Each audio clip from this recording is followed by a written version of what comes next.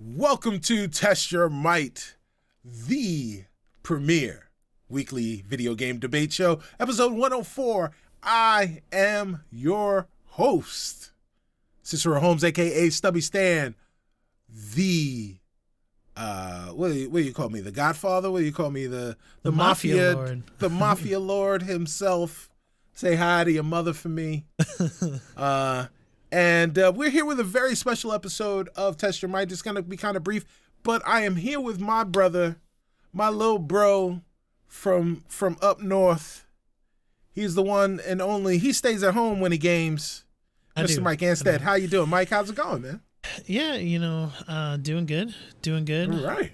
Lugging video game consoles is overrated. Just stay at home. Just stay at home. Just stay at home. No. Your Steam Deck, even your Steam Deck stays home. Your Switch stays home. You still haven't bought me a Steam Deck. Is that what it's gonna? The Switch. I just got a cool new accessory for the Switch. What'd you get? I will not be playing a lot of it in handheld because I purchased a Bluetooth dongle for my Switch, and I am able to use my Xbox controller on the Switch when it is docked. So I don't know how much I will play of it handheld anymore because those Joy-Cons, man, they're not fun. They're not good. No. And the Xbox if you had Stadia, you could use your Stadia controllers for your Switch. You could? Yeah. I have two of them. I don't even know where my second one is, to be honest. It's like lime green. It's for all those multiplayer games you were playing. Yeah, so all those Stadia. Multiplayer Stadia games. I think I played. There was a fighting game that released with it. I forget which game it was actually, and I played. We played that on the TV screen with the 4K Chromecast, and that was the only time I played it multiplayer. That's funny. Yeah, I forget what fighting game it was even so it's just it was a lot. It was a thing. Rest in peace, Stadia. But that's not why you guys are here, right? You're here to find out what we're going to be discussing, not just Stadia. Nobody wants us talking about Stadia. Come on. Right. Everybody, long live Stadia. There's going to be a Stadia revival crew. Like there's going to be this hive of people that come up out of the woodworks talking about how much they love Stadia. next year on the 1 year anniversary, there's gonna be Facebook groups that exactly 100%. Recreating Stadia and PSVR 2. Yeah, exactly. But today we'll be discussing right. Yes, it'll be Stadia in dreams. You can pull up a browser in dreams. We'll be discussing the Xbox Developer Direct, Naughty Dog, and more.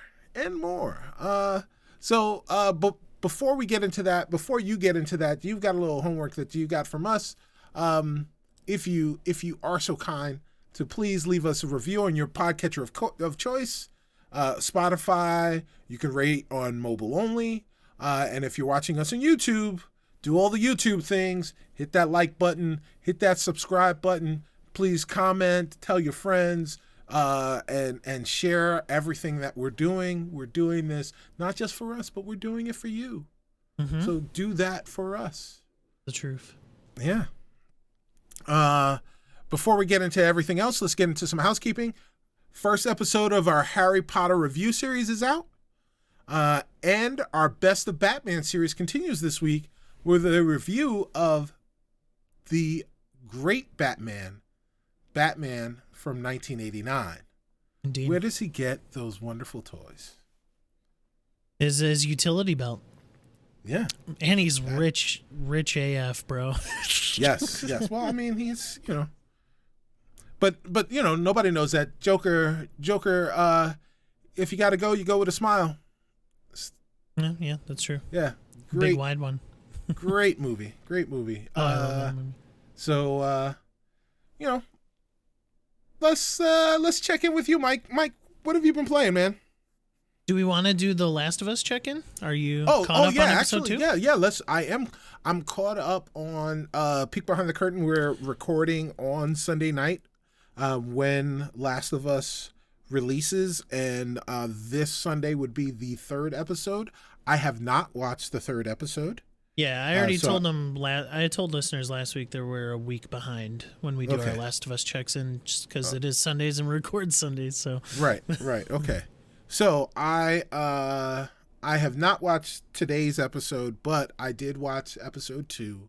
Mm-hmm. I definitely enjoyed the episode. I enjoyed how it narratively strayed from the game, from the narrative of the game. It, still preserves, for the most part, what the story is going to be, what I assume the story is going to be, but the changes that they made for the show make sense for the show, and they actually kind of talk about that in their like post episode, developer's diary or whatever, whatever you want to talk about and call it. But yeah, I really enjoy it. What's funny to me is how much the actor who's playing Ellie reminds me of Ashley Johnson. Ashley Johnson? Yeah. Who's that? Who played isn't that her name, that played Ellie in the game? I didn't probably. I haven't played the game, so. Right. Well, that doesn't matter. So while I'm looking that up, why don't you tell us what you think? Yeah, Ashley Johnson. That's her name. Ashley Johnson. Yeah. So I am in love with this show. 2 episodes in. First of all, I've never played The Last of Us, so I am going in blind as far as story is concerned. I did know some things, here and there, but for the most part, I'm not spoiled at all. So, but even if I did play the games, I think that this show is just so well done. It has such a personality that like draws you in. It's a thriller. There's a museum scene, which I've heard is sort of like shot for shot from the game as well, or like pretty close, that I was just on the edge of my seat, even though I was sitting back in a couch. I was there, man. I was like, whew, this is good. And again, I watched the first episode as well, and I was immediately drawn in. I think that the production value is awesome. The acting is great. The characters are really good.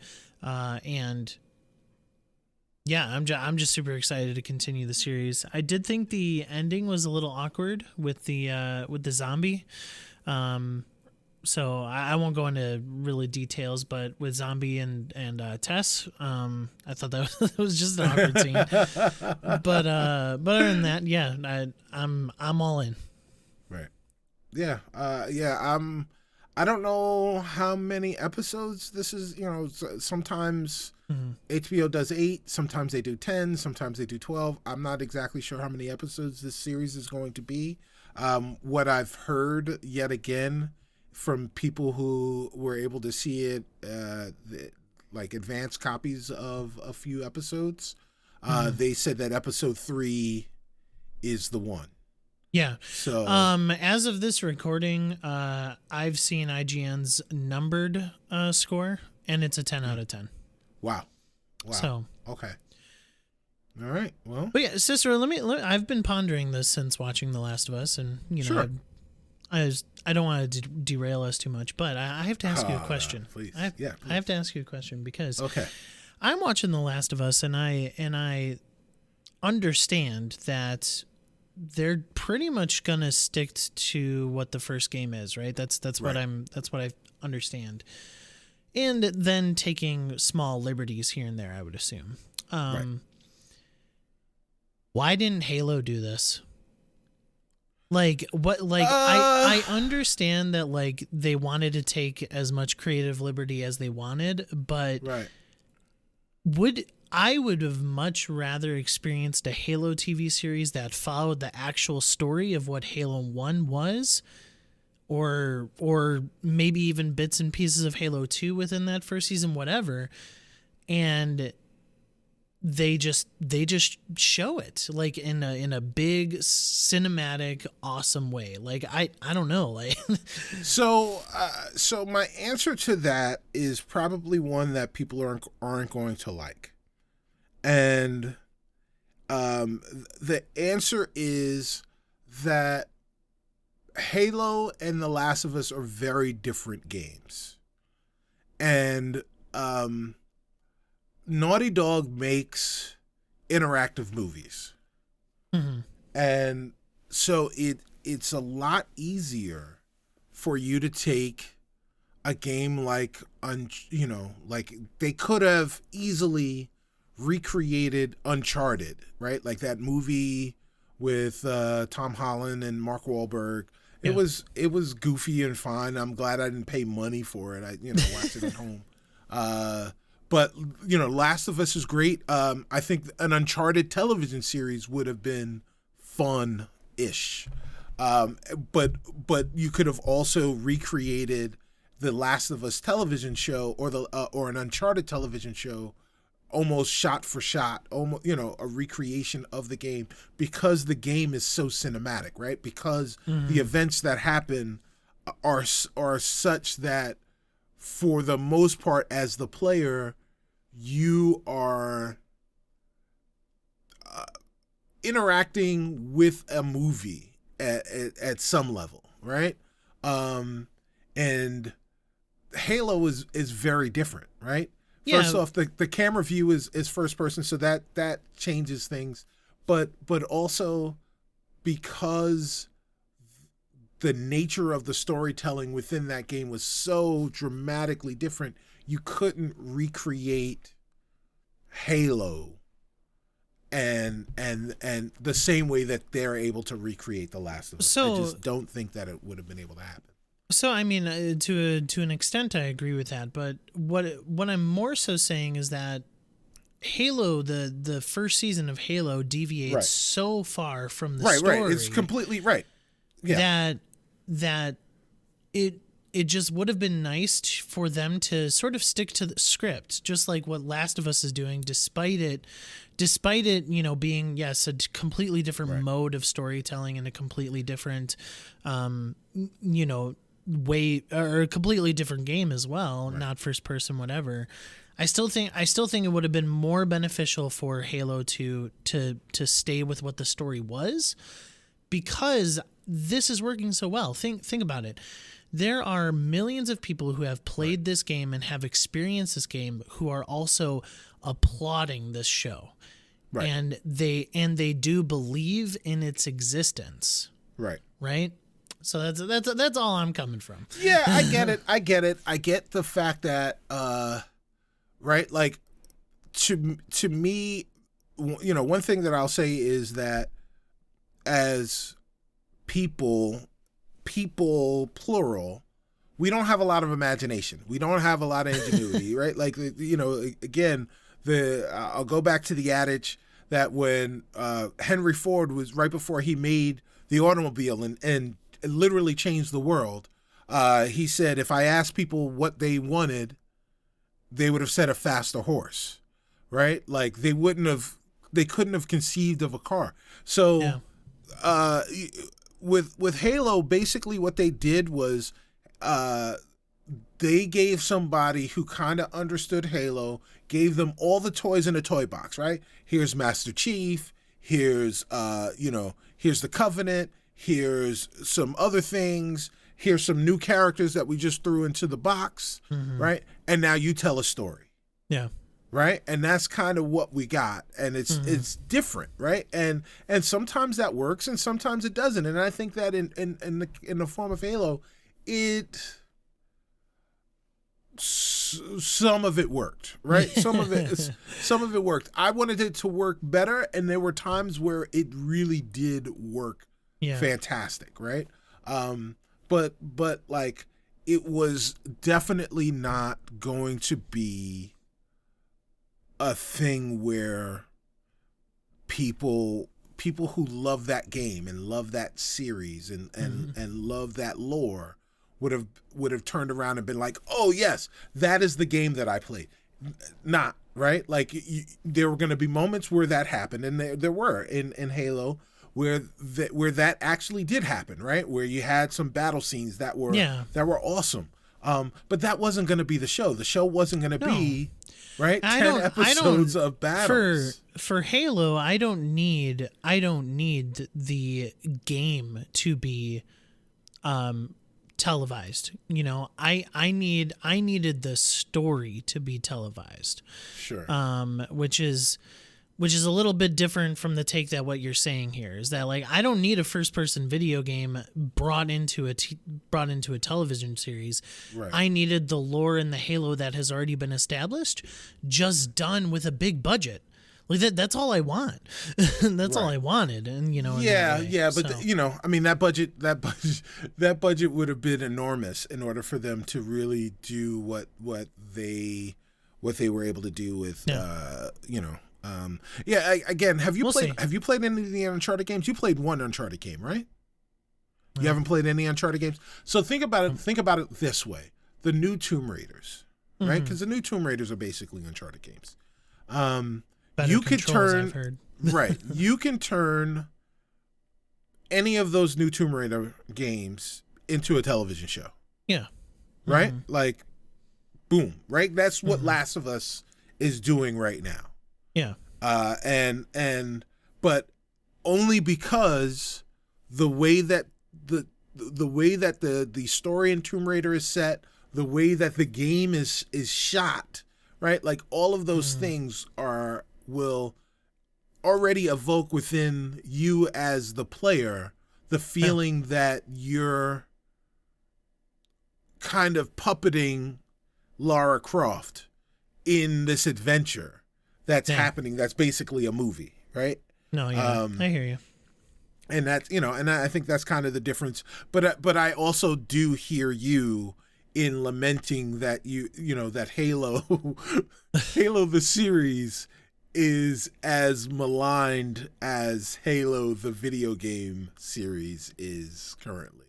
And you wish that the state of both of them was. I have my qualms about what's being talked about with Halo Infinite. Hey, well, it's you know, whether you like it or not, the truth of the matter is that it's fading into irrelevancy within the gaming community. It does not have the gravitas it once had. And you know, and that's unfortunate. And yet Halo Infinite was still a good game, but nobody talks about it. Absolutely. Absolutely. Whatever. I digress. Cicero. Yeah, right. Well, you know, digress into your games, man. What have you been playing? Okay. Not Halo Infinite. I've been playing the greatest game of all time, Outer Wilds. Shout out to Sean Rugg.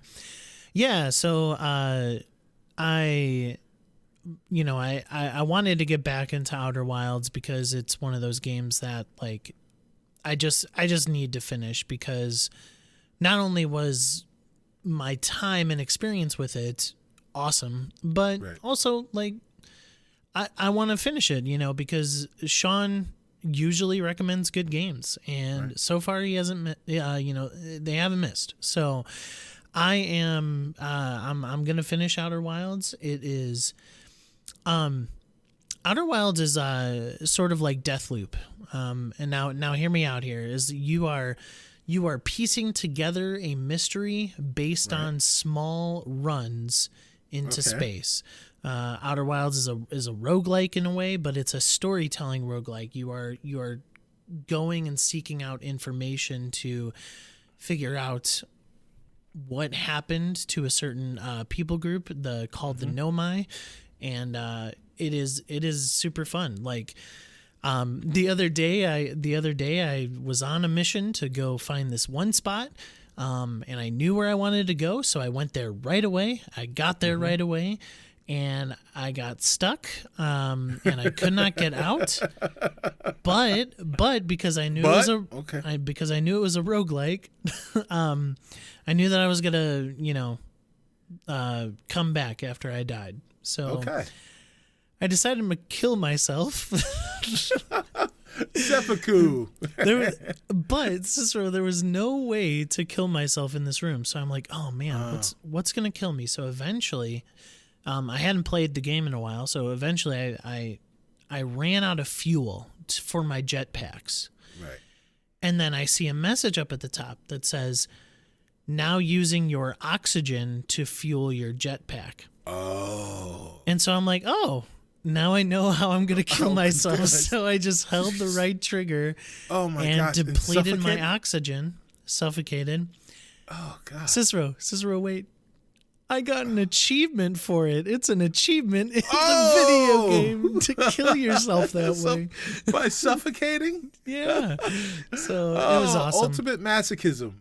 It was awesome. Achievement unlocked. Beautiful. Yeah, but also... the game is just super pretty with its art style. It recently, maybe last year, got a Series X update as well, so it just looks really awesome on my TV. Yeah. All right, Cicero. I've been playing. I was playing a little game called GoldenEye.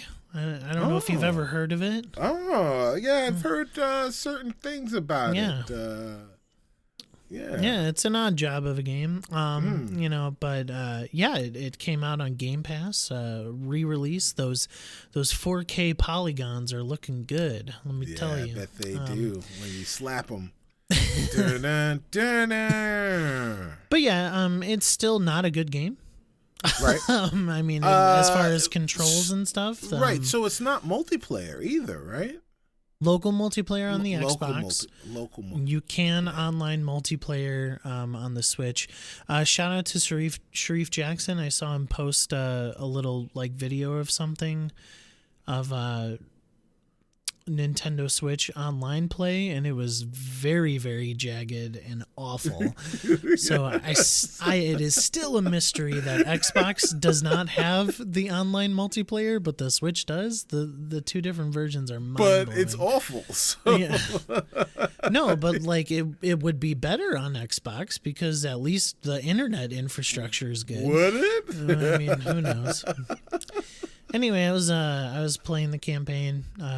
Good trip down memory lane. I don't know if I'll finish it, but and then I know we'll get to this in a little bit, but I did start Hi-Fi Rush. I was experiencing the FOMO from Twitter, and I just wanted to start it. So I was just playing it before we recorded. So pretty fun so far.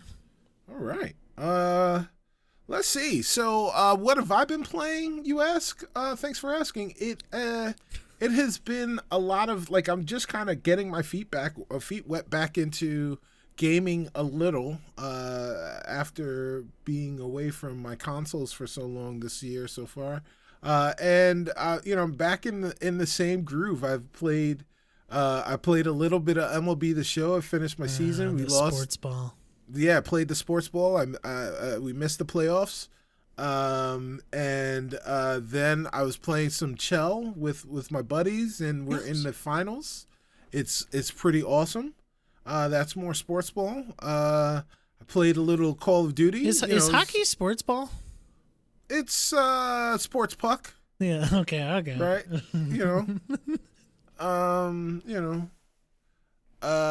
It's then I played this little game called Call of Duty. You may have heard of it. No.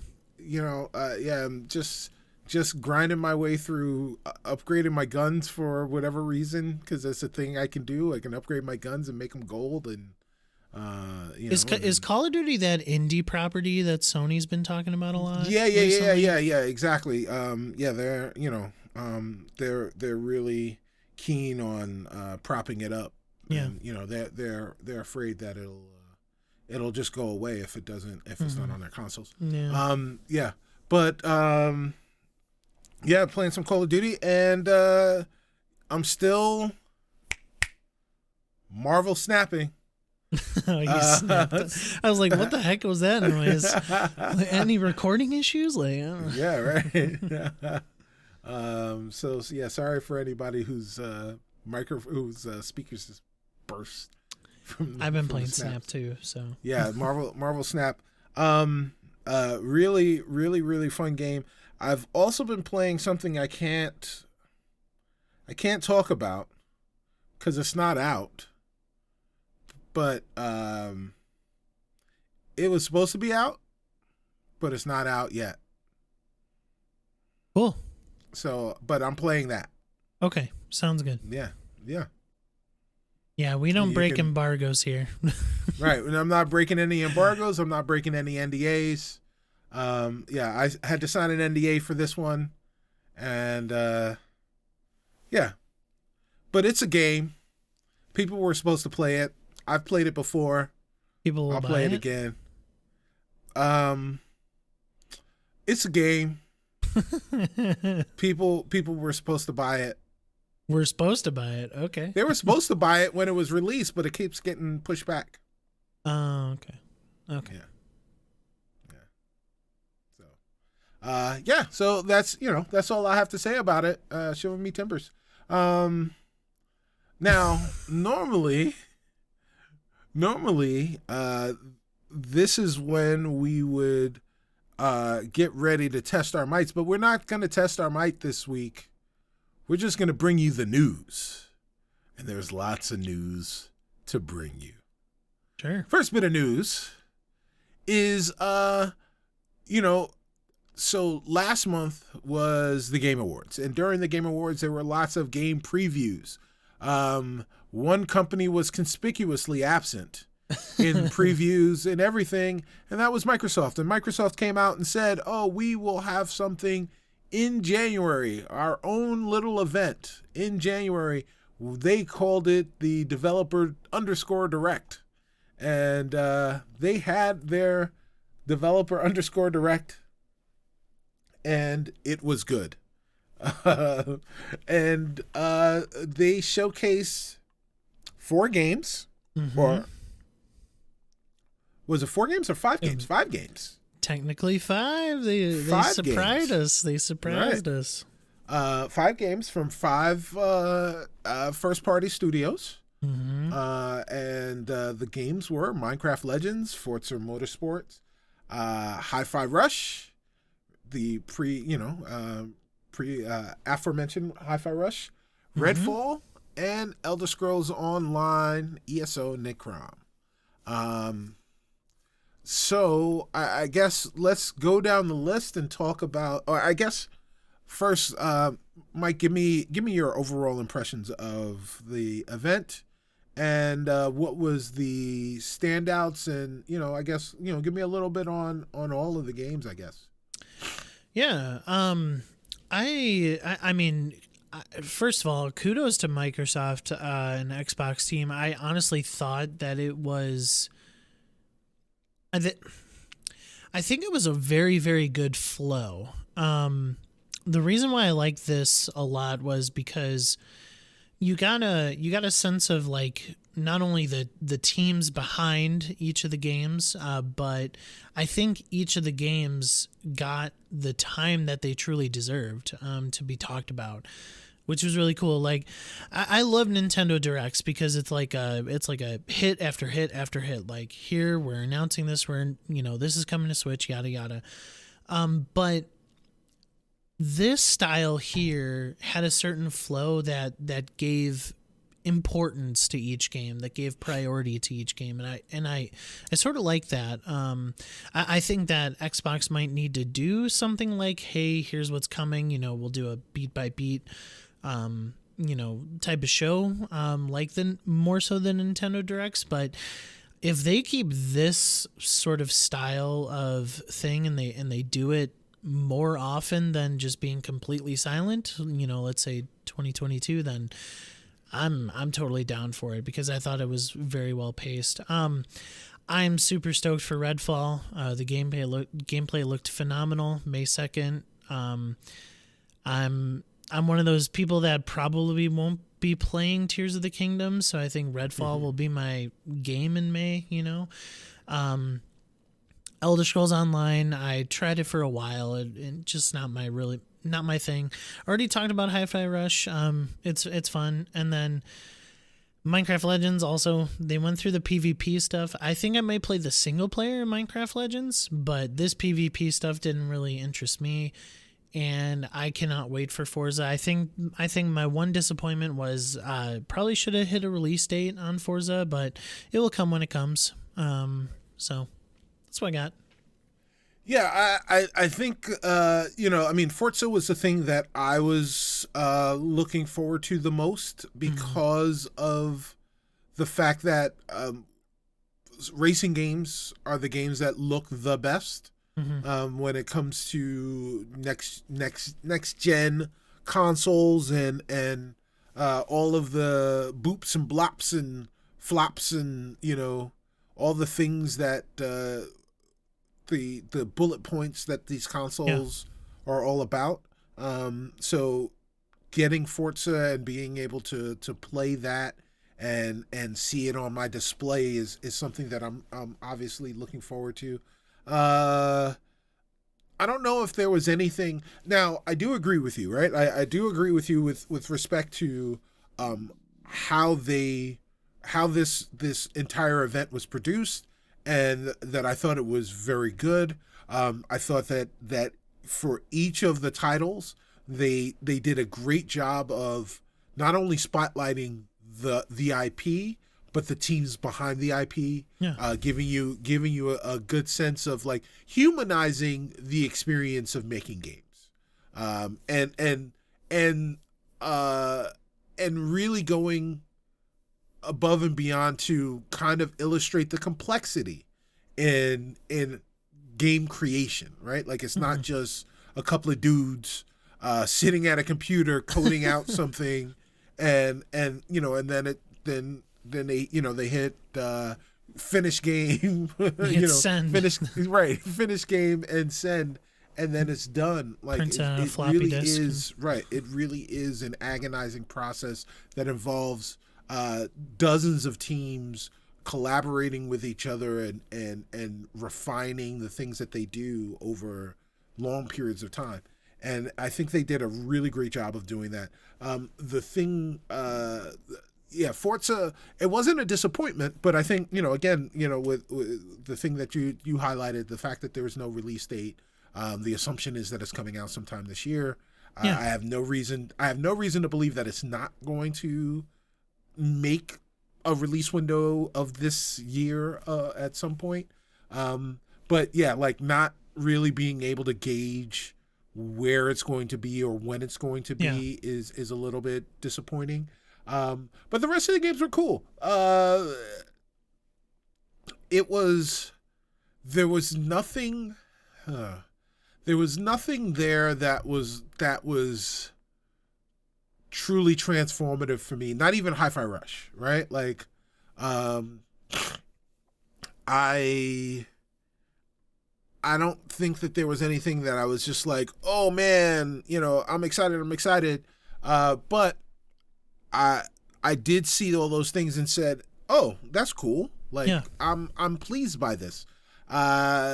What I do think that they will do, and again, something that you kind of suggested, and I think is something that they've been very, very good with doing, and that is having those types of events that you are talking about, where they do outline what or forecast what the roadmap is for Microsoft and Game Pass in the next 3, 6, 9, 12 months. And so that way you can figure out where not necessarily where you're spending your dollars, especially if the games are first party and they're going to be on Game Pass, but what I can anticipate playing, right? Getting myself excited and reminding myself, hey, this is a game that I need to download, or this is a game that I need to prep for the install on my console. So I do think that they're very, very good at doing those types of events. They've done those very well in the past. what would be nice, what would have been nice in this event is some type of messaging that would have given people that were watching something to look forward to going forward, right? Yeah. Like, we'll see you again in March for X, right? They sort of did that afterwards in a blog post. We're going to be back in June, whatever. Right, but I did, if I just watched it on YouTube. Yeah.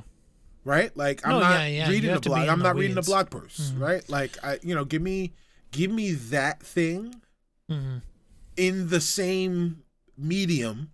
Yeah. Right? That, like when I watched Last of Us, there's a preview for the next episode so that so that I know to stay tuned and stick with it.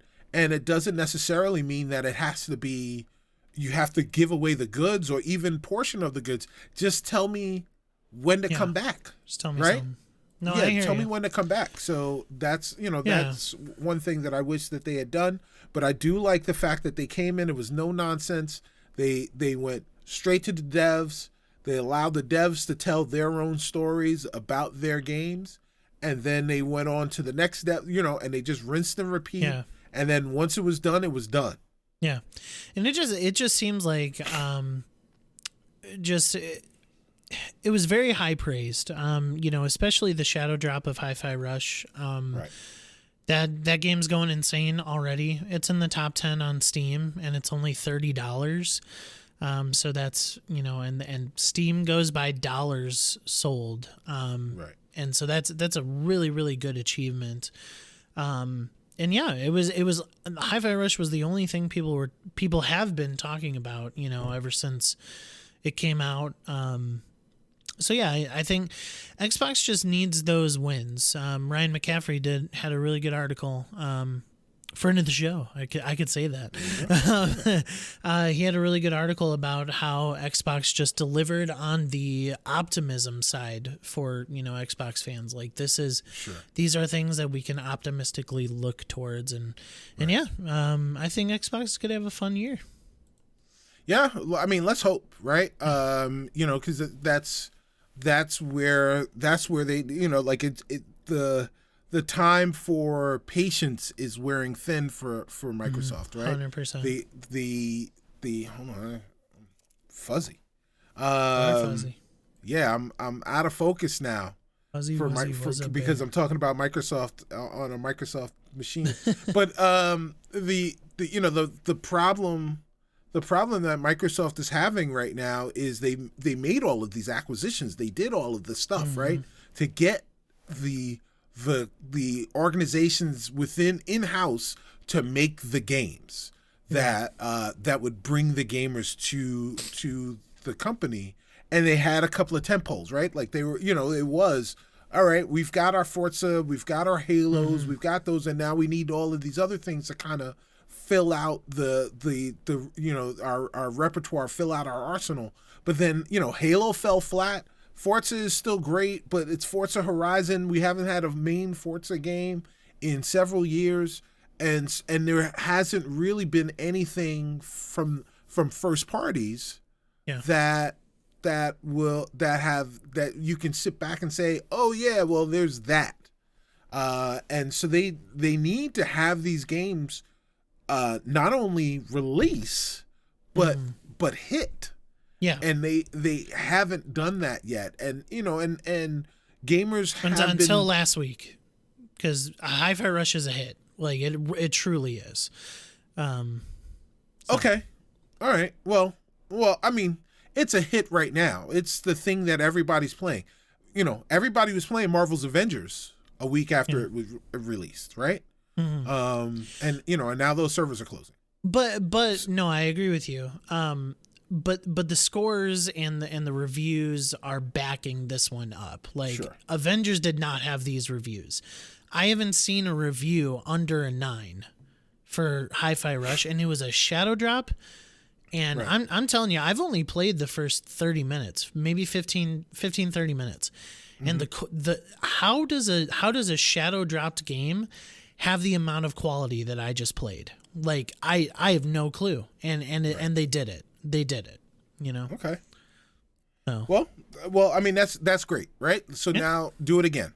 Yeah, exactly. That's the thing. You know, you're not going to shadow drop everything, but like, yeah, you're totally right. Like, there is so much pressure that Starfield hits.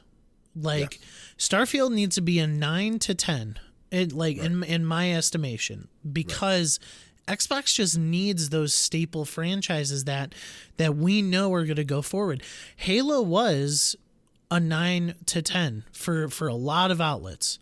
Right. But they built the game around a live service that the team 343 was not built to outlast. To facilitate, right. And so even though Halo Infinite was a highly praised game, it was Game Informer's game of the year. Like, it was that good. It was your game of the year. It was no, Death's Door was that year. But regardless, it was one of my favorites of that year. Right. Like, you're right. Xbox does not have these.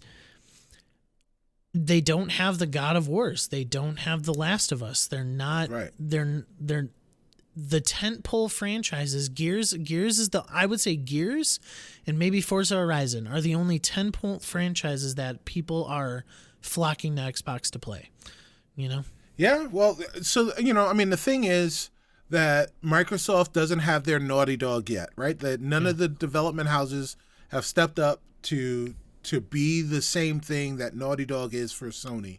And speaking of Naughty Dog, let's talk about our next news story, which is, you like how I did that? Yeah, a little segue. Yeah. So Naughty Dog is officially done with Uncharted. Like, maybe. Yeah, maybe. Well, probably. So Neil Druckmann came out and said, the president of Naughty Dog, came out and said that they were done with the Uncharted series. They're open to some other development house doing an Uncharted 5, but they feel like they have done everything. They've told all the stories that they need to tell in that, for Nathan Drake or in that universe. And they're ready to move on from that after they're done doing Last of Us. They're not going to return back to Uncharted. Is that something that upsets you as someone who is already, as we've already stated, never played an Uncharted game? How are you impacted by this? Oh, just I'm devastated. Like, yeah, I just can't even believe it. Right. I'm more worried about the potential of Last of Us Part 3 not being made. I really do think that they will make it.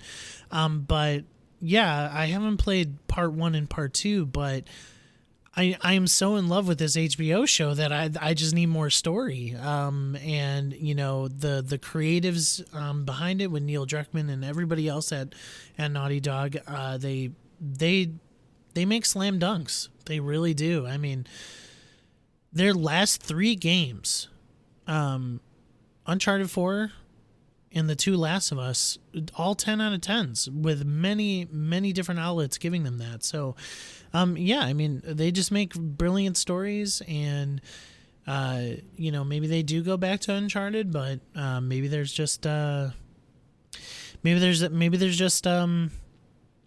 maybe the thief's end was truly the end. So, right. I'm going to say something controversial. I enjoyed Uncharted 4 much more than I enjoyed playing Uncharted 4 much more than I enjoyed playing Last of Us. The Last of Us, I believe that I will find much more enjoyment out of watching the series than I will have playing the game. Because it's the world of The Last of Us that I enjoy the most, and the game elements of the game they're good, right? They're competent, they're well done, right? Like there's nothing wrong with them. It's just that they're too gamey for me. Like I don't know. I don't know what it is. I don't know what it, maybe it's the stealth elements and, resource management. I don't know what it is. I don't know what it was about those things, but I just kind of like, I just tell me what's going on with the story. I just want to see the story. Where Uncharted was, I was able to continue to play the game and not have to worry about those things and still get the story. But yeah, I'm happy. Sometimes you gotta leave people wanting more from a thing and just leave it at that, right? Yeah. Like don't run it into the ground. Don't take something I love and make me love it less, right? By giving me too much of it. You don't have to make a sequel to a good ending or everything. Yeah, exactly. Right. I mean. Right. Neil Druckmann even said in this interview that like Last of Us 2 it's a good ending, to that particular story. So maybe they just don't make a Last of Us 3, and who knows? I am team. I'm team. Leave it at that. Okay. And to be honest, I think that they'd have better luck shooting a third season of Last of Us on HBO than they would making a game. And in fact, it would probably even finish airing Last of Us Season 3 before Last of Us 3 as a game is released. We'll see, because I think there's rumors that Last of Us Part 2 is going to be split up into 2 different seasons of television. So you never know. Who knows? Right. Well, that doing that would give the creative team at Naughty Dog the time to develop the story for Last of Us Part 3. They have to get it right. If that was right. If that was a thing that they were working on, and then they could hand that over to the powers that be over at HBO, whoever's producing the show. And then they can film that. But nonetheless, I would rather miss something that I love and wish there was more of it than get more of it and regret seeing that. Yeah, we just got to stop talking about the Halo series, just I do want to see a second season of Halo. I kind of want to see, but I want to see what they're able to do with that second season. I also want to see what Sony is able to do with this Edge controller. So they have created. Sony there was rumors, and this is peripheral month for Sony. Because we will later on this month, we'll be getting, or later on in February, we'll be getting the PSVR 2. And at the beginning of February or the end of January, released to consumers finally is the Edge controller. This is their version, their in-house version of a professional style controller, similar to Microsoft's or Xbox Elite controller and Elite Controller 2, and as Scuff branded or Scuff style controllers. This controller is $200, $200 MSRP, and it has removable analog sticks and in the entire analog stick housing. So if you've got any stick drift, you can remove the entire housing and replace it. It does have the shoulder buttons in the back, but you also have ones for R1 and R2, R1 and L1. But also there are buttons that will limit the throw of your R2 and L2, so you can be a lot faster with your controls. It's highly programmable. And it seems to utilize the console in ways that I guess you really couldn't have predicted What do you think about the Edge controller? I know that you also, just like Uncharted, and really love playing your PS5. Yeah. So do you think that you'll be getting an Edge controller? This is all sarcasm, by the way. If you're just coming, this is your first time listening to Test Your Mic, thank you very much for coming and listening.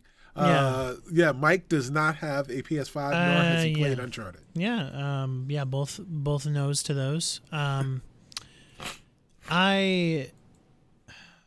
I think that the $200 price tag is a tough pill to swallow, but it's the quintessential controller for PlayStation, right? Like, I mean, if you do want sort of the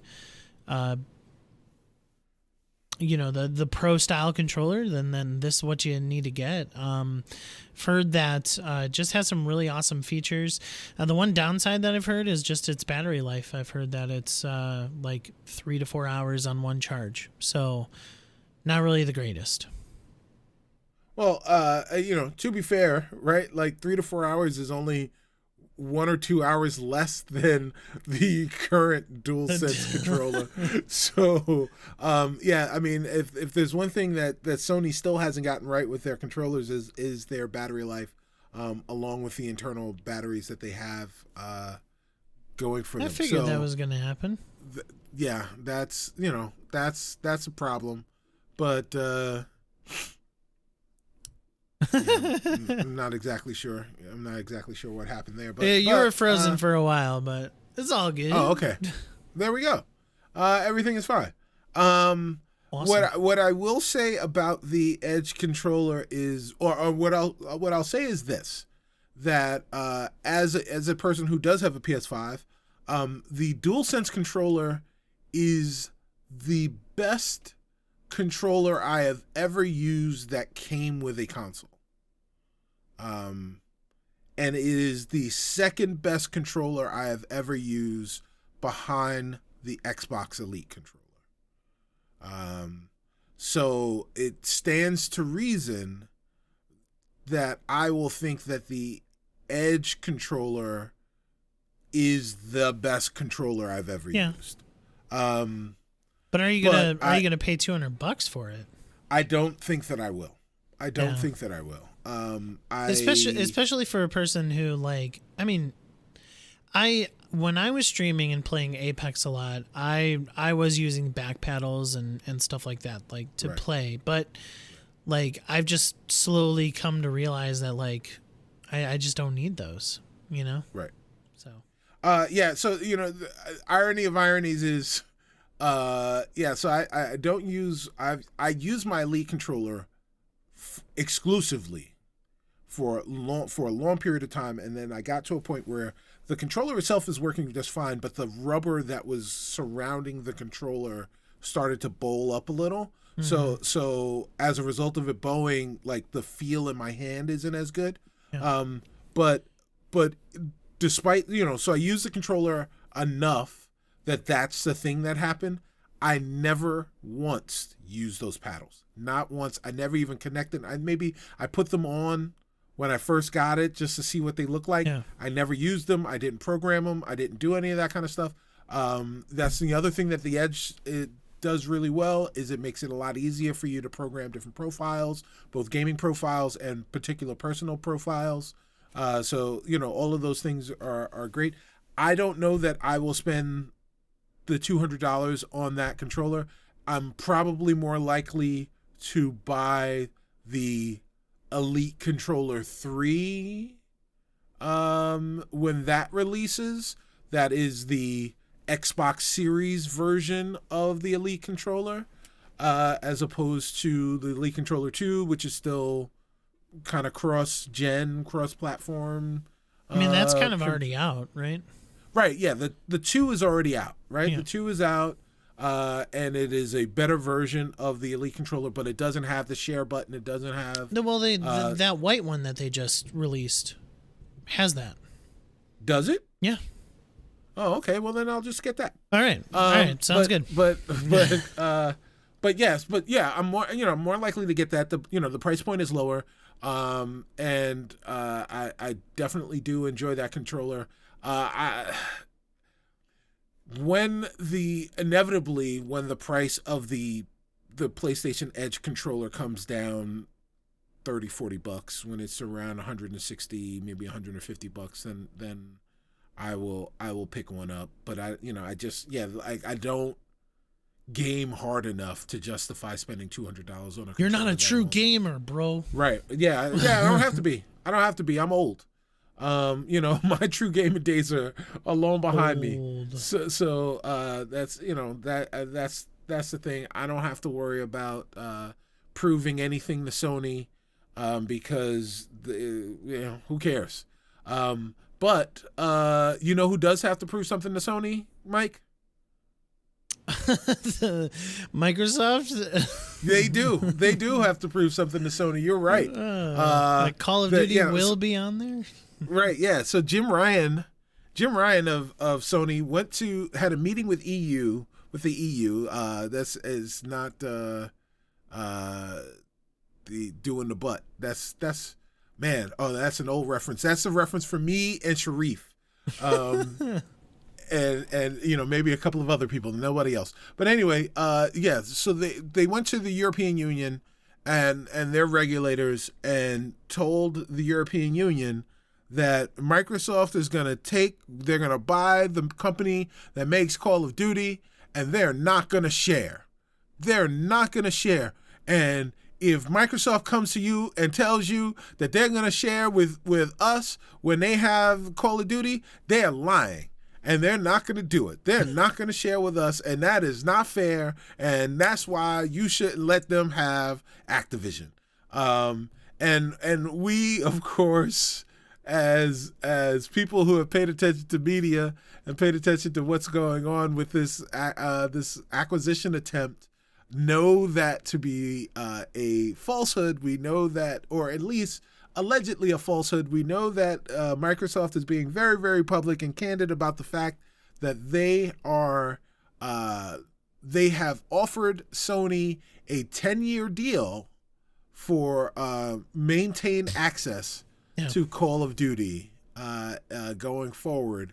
But Sony doesn't seem to either take that bait or like that bait or believe that bait, and are pretending that bait does not even exist when they're going across to Europe, when you cross continents, or just even recognize that it's not bait. Like they're literally offering you 10 years Call of Duty here. Right.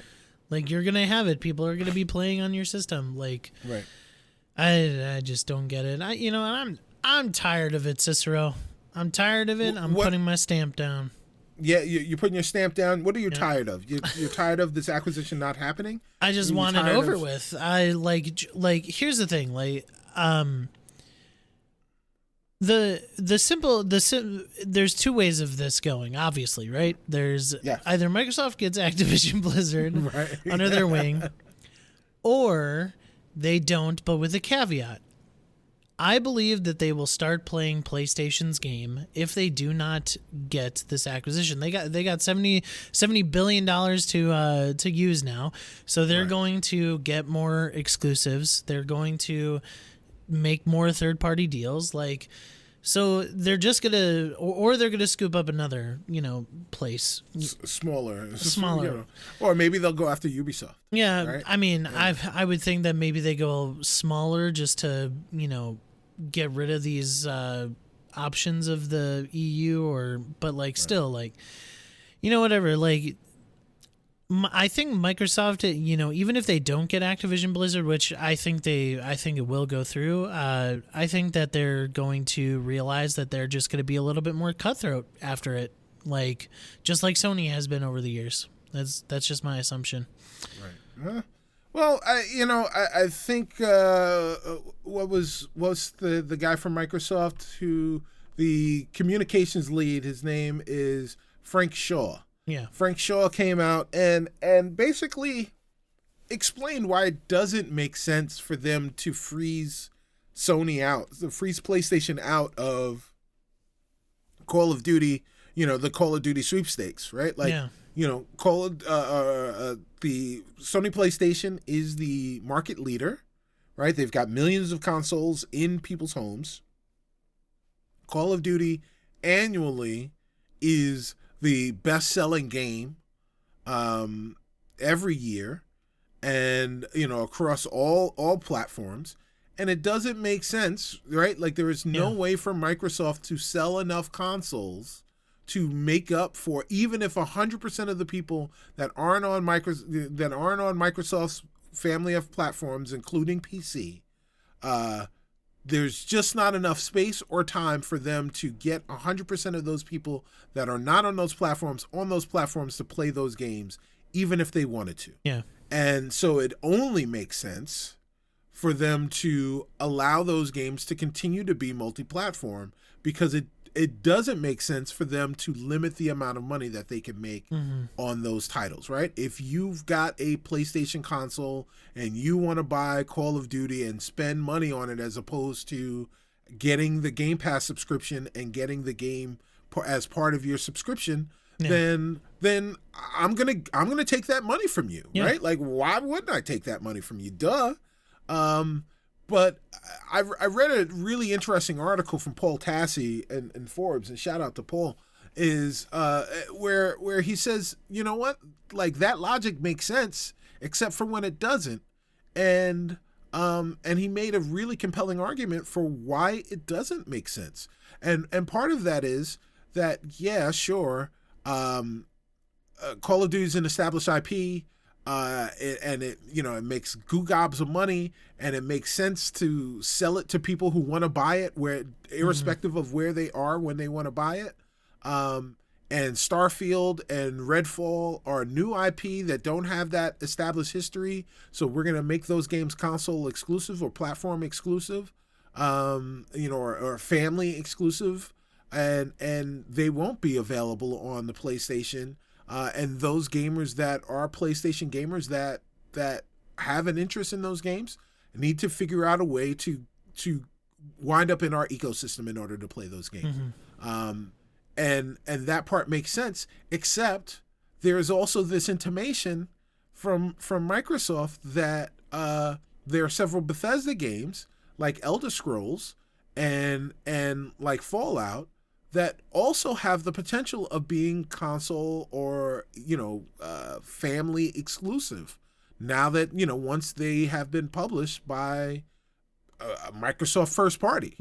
And so, like, it's difficult for Microsoft to make the argument in a room full of people that are not gamers but are responsible for saying yes or no about this deal, to describe and articulate the nuance between allowing Call of Duty to be multi-platform, but not allowing Elder Scrolls and other games that are maybe not as big to not be multi-platform, even though they both have established established communities that are multi-platform and established lineages that are multiple platforms. I have a couple, pushbacks on that. One, sure. I think that there is plenty of examples of Microsoft doing this, in the past. For example, they purchased Minecraft. Minecraft is a game that is on every single platform. They did not take it away.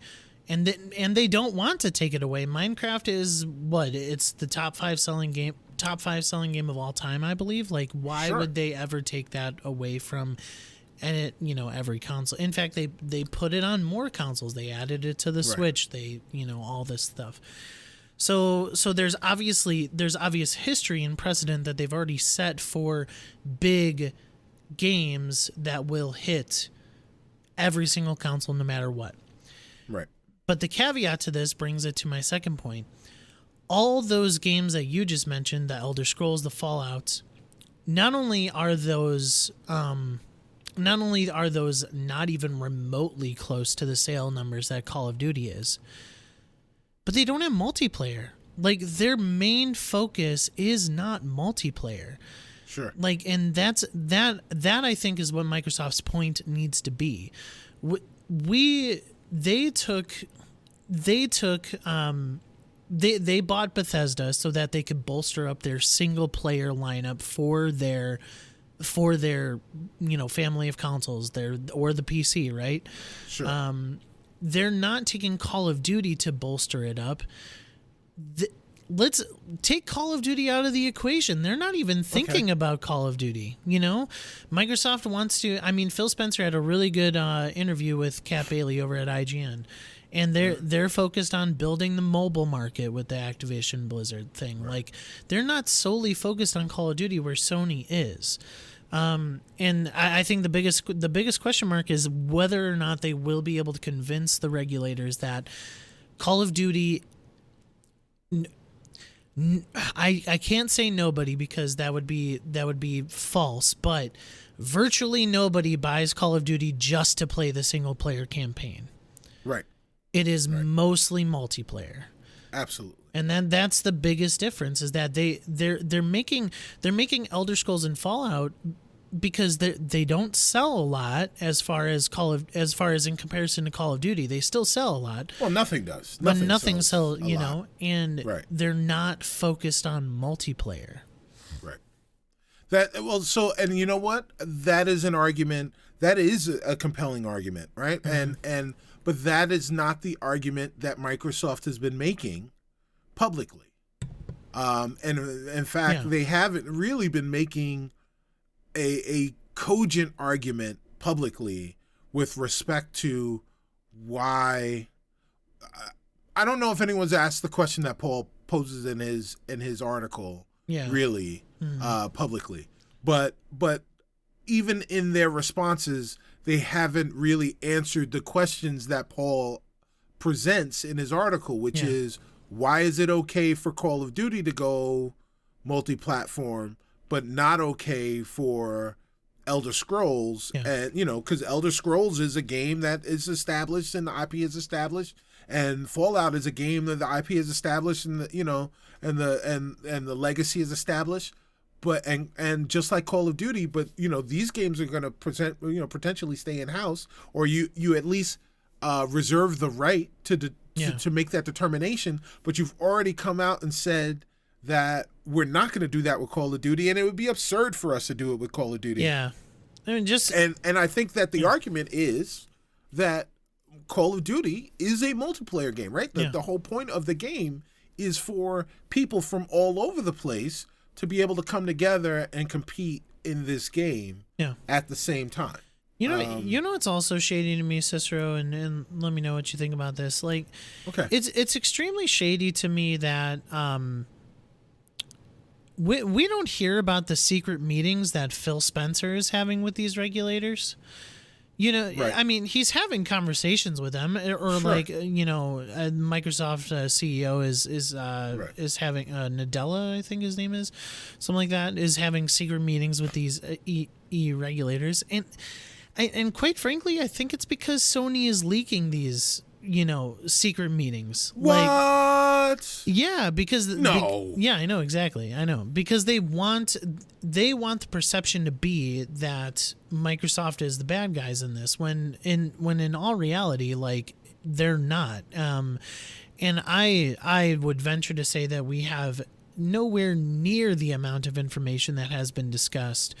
I mean, even Phil Spencer said in that same interview with Kat Bailey that he is even more confident now that the deal will go through. Right, so, well, I mean, that's the thing that he has to say publicly. I mean, also, but he was also talking in context of that interview. He was also talking about how, like, last year he didn't even know about, like, how you even go about purchasing something for $69 billion, that sort of thing. And it's just like, it's just one of those things that, like, there are so many conversations that are probably happening that we just won't even know about, and then the deal's going to go through or be done or not go through, and that's where we're all going to sit. Right. Well, you know what, Mike, you're right. Right, the deal's either going to go through or it's not going to go through. I'm smart, Cicero. Okay. Yeah, you are, sir. You are, sir. That's little hyperbole. You are very smart. But the thing about that though is, of course, Sony is leaking this information, right? They're trying to win the PR war, right? They're trying to win the war, because that's the war that they have to win. Yeah. Right. They have to. In some win. cases, that's backfired, I think. So I wonder how much it has. Yeah. I think it is backfired behind the curtain, right? With the people in the know, the people in the industry, people that pay attention to the industry, so, people like us, that truly understand what's going on. But the people that don't understand what's going on are the people that are making the decisions. Yeah. Unfortunately. And I don't know what the, I don't know what the temperature in the room, in those rooms are. And whether or not those people, right, or whether or not those people are falling for the PR, for the PR version that's coming out, right? Microsoft's big and bad. They're $1 trillion company. They're going to crush us. We're this small Japanese company that could, and they're going to destroy us by just using all their money to buy up all the things and keep it away from us. Right. And, Microsoft's $1 trillion company. Yeah. Right. They've got a lot of money. They can spend that money to acquire, other massive organizations for almost $750 billion. Right. I would just say that, I don't think Sony is going to like the Microsoft. I think Sony would prefer. Now, I might be speaking out of my butter and shouldn't be speaking for them, but I think Sony will prefer a Microsoft that the deal goes through versus it doesn't, because like I said, petty Microsoft. I think petty Microsoft Xbox. will play so much hardball as far Sony wants another marketing deal with COD. How much did they pay you? Okay. Well, here's 10 times that, because they can afford it. They're not going.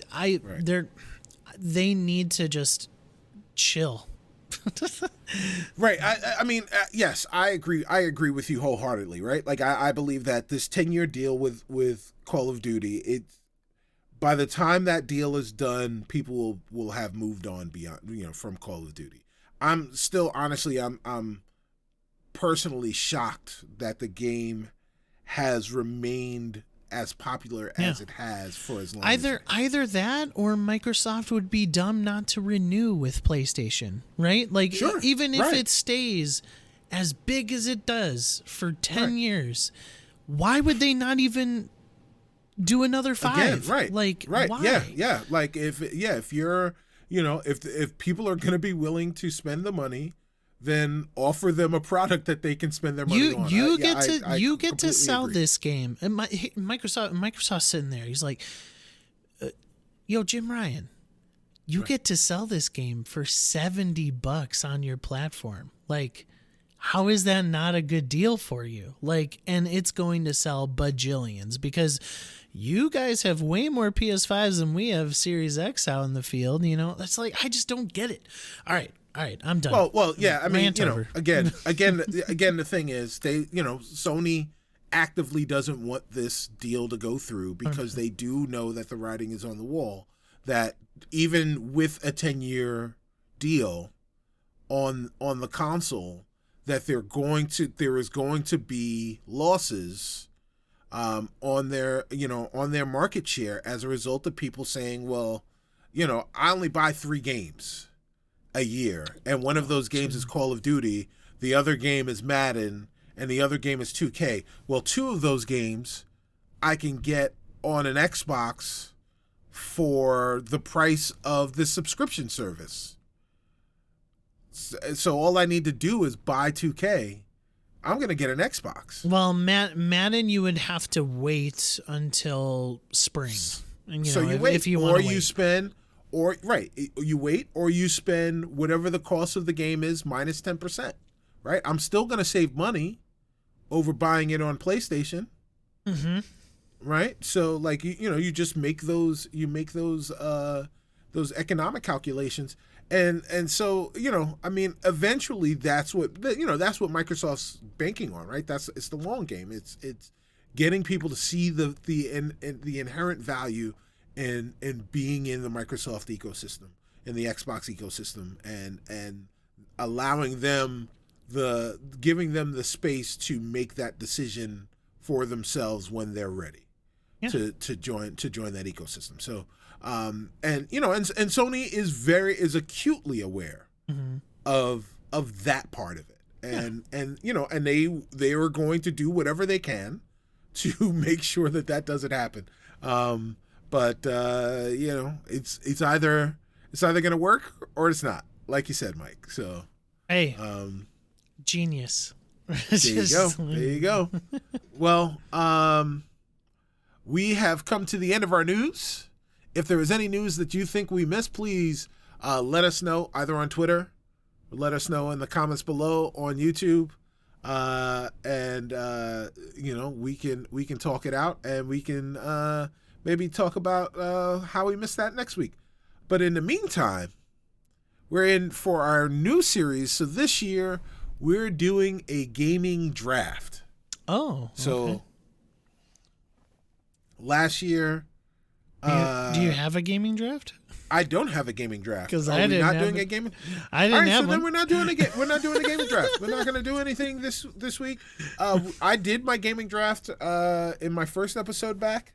I haven't done anything since then, and we're going to hold on to that information at the end of the year, and we'll resolve it then. So this is going to go on an epic battle through the annals of time. Yes. But until then, this is Test Your Might, episode 104. Remember to like and subscribe and tell your friends, hit that notification bell, rate and review. But while you're doing that, we'll say goodbye. For Mike Anstead, I am Cicero Holmes. We are Test Your Might. And what the fun. And we'll say bye. Bye.